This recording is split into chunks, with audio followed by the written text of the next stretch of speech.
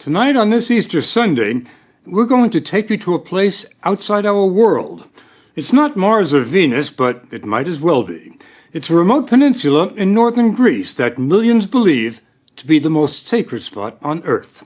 It's called Mount Athos, and prayers have been offered here every day with no interruption for more than 1,000 years.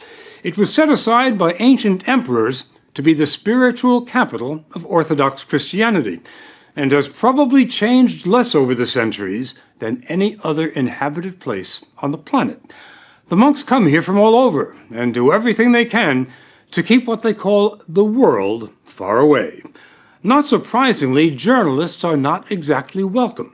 For more than 2 years now, we've been corresponding, negotiating, and frankly pleading for an invitation, but ran into one monastic wall after another. Then, much to our surprise and delight, a few months ago, the monks said, "Okay, come see who we are." The story will continue in a moment.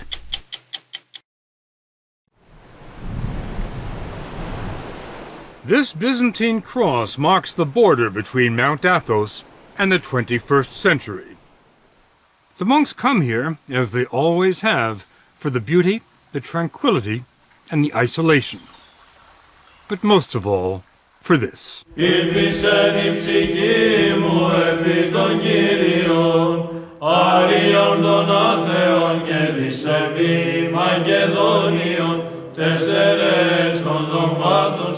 Father Yaakov is one of the few Americans on the mountain. He's been here more than half his life. You have to understand the words that we're saying in today's liturgy are the same words that Christ was saying, the same words that saints from the 1st century, the 2nd century, the 3rd century, the 4th century. And nothing has changed in Orthodoxy since then. It's the only branch of Christianity that can make that claim. Father Eliseos is the abbot, the top man, at Simonas Petrus, one of the 20 monasteries. It was Abbot Eliseos who invited us here, and never let us forget what a rare privilege it was. It happened once, in 1981. The last time you invited a television crew here was 1981. Correct. We weren't going to invite you, but your persistence convinced us to open the door.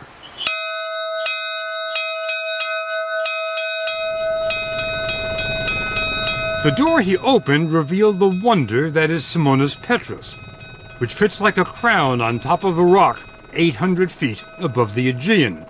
It was built in the 14th century, and the monks will tell you it must be considered a miracle that it hasn't fallen into the sea.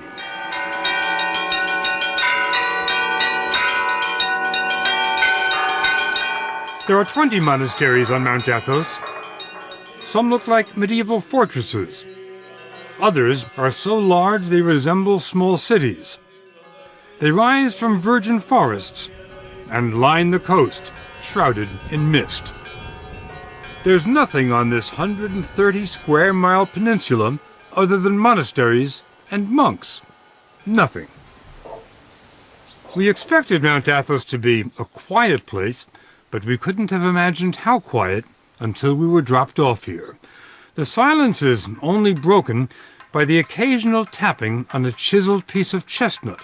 It's a call to prayer, and it started being used here before there were bells.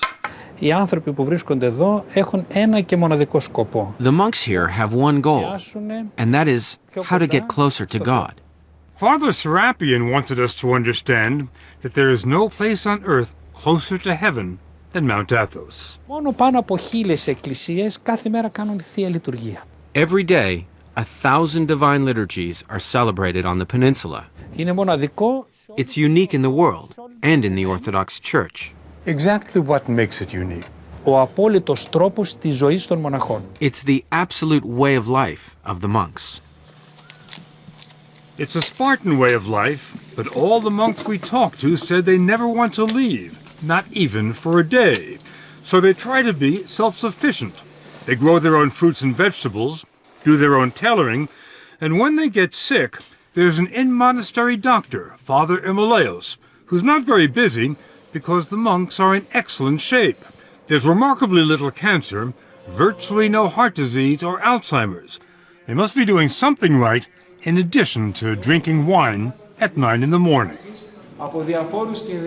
They eat 2 meals a day. There's what they call the first meal, which lasts 10 minutes, and the second meal, which lasts 10 minutes. There's no meat and no dinner table conversation. The only sound, a monk reading from sacred texts. We were surprised by how busy the monks are. When they're not praying, they're working. Father Theodosius, born a Lutheran in Germany, is a mechanical wizard who has given the monastery continuous electricity and occasional hot water. Many Christians in the world, they are looking for the original church, for the ancient church. Do you think this is the closest to the original church? Yes. When you come to Orthodoxy, you will see it has everything you ever sought for. Father of Vecchios takes care of the ancient footpaths here. He clears the trails. We went with him on what was, for us, an exhausting hike on the hills above the monastery. It wasn't tough for him, though. He says that after decades of roaming the world, this is his path. I've been to many places. Tell me where. From Switzerland, of course, from Sweden, Finland, Spain, Portugal, Singapore, Australia, and Texas. Texas. How did you like Texas?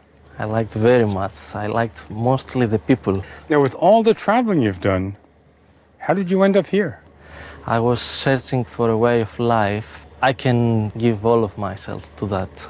And I think the God of Jesus is above all the others: money, lifestyle, even family. The family at Simonas Petrus consists of 54 monks from 8 countries. Father Yaakov came here 25 years ago from Winthrop, Massachusetts. This is about as beautiful as it gets. I think so. He took us on a tour of the monastery. It'd be tough enough to build a monastery on top of a rock today, but how did they do it in the 13th century? You know, that's something which even modern-day architects are amazed at. When the workers came and saw the site where St. Simon, the founder of our monastery, wanted to build, they looked at him and they said, "You're crazy." "Are you crazy?" Of course. So being crazy was not a bad thing. No, not at all. Now, back then, how did you get stuff up here? We have mules. It takes 15 minutes to walk through the monastery into the sunlight. Enough time to find out that Father Yaakov's journey to Mount Athos started at the age of 6, when his father showed him a picture. It was just so impressive. And I turned around and I said to him, "Dad, you know, I don't think that I'm going to be able to believe that somebody lives in that building until I step on those balconies myself." Destiny. It is a little bit too. From the age of 6. Yes. Father Yaakov doesn't follow what's going on in Winthrop or anywhere else today.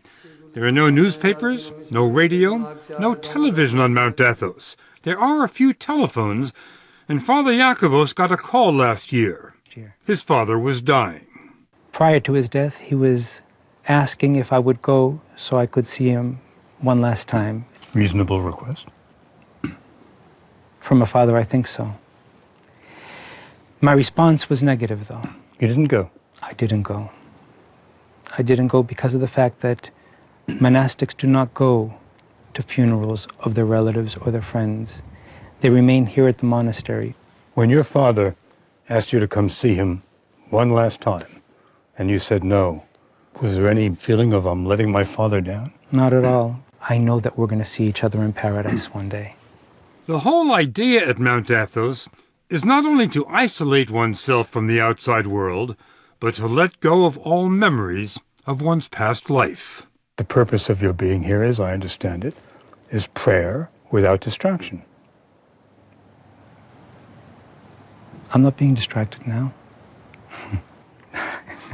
Why are you laughing? First, tell me why you're laughing. Why am I laughing? Because St. Paul says we're to pray unceasingly. What's funny about that? That's not what's funny about it. What's funny is how you think I can stop praying. You're praying Every minute of the day. Even right now when we're talking. Really? Of course. You don't see Father Yaakov's praying while he's talking, but look at these other monks. Their lips never stop moving, not for a second. They just keep reciting the Jesus prayer day and night. Lord Jesus, have mercy on me. It becomes like breathing. Some monks say they can pray when they sleep, and they get no more than 3 hours sleep a night. But Mount Athos gets more applicants than it can handle. It's harder to get into than Harvard.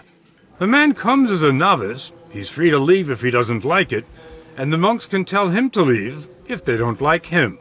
When a novice arrives here, can you tell whether he's going to make it or not? Can you tell whether he's going to qualify to be a monk?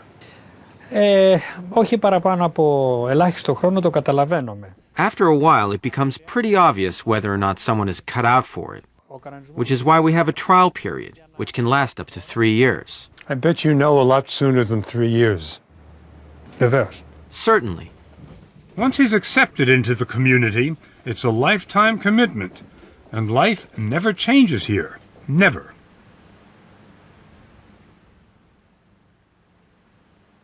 Every day at 3 in the morning, a single bell rings, informing the brothers that it's time to stop praying on their own and start praying in church. On a typical day, and every day is a typical day, the services last 8 hours. The monks say it's an 8-hour conversation with God, a dress rehearsal for eternity. And remember, this doesn't only happen on Sundays, it happens every day, 365 days a year. A monk never gets a day off. This is the Divine Liturgy, the life of Christ, celebrated by men whose only passion is to move closer to Christ every day.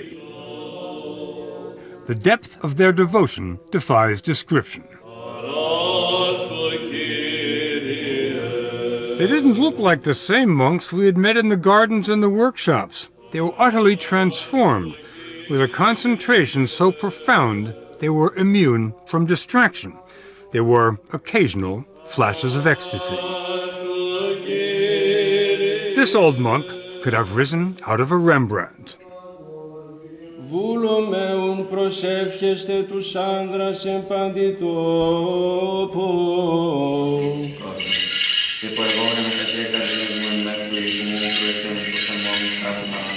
There are no musical instruments in the church, just chanting.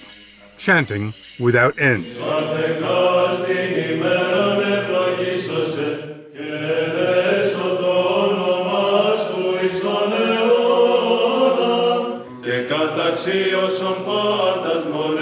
Many of the voices, the basses in particular, could have made it at the Met.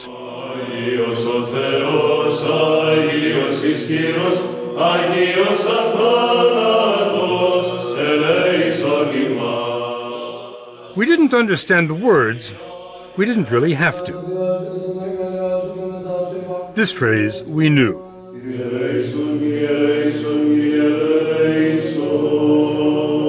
Lord, have mercy.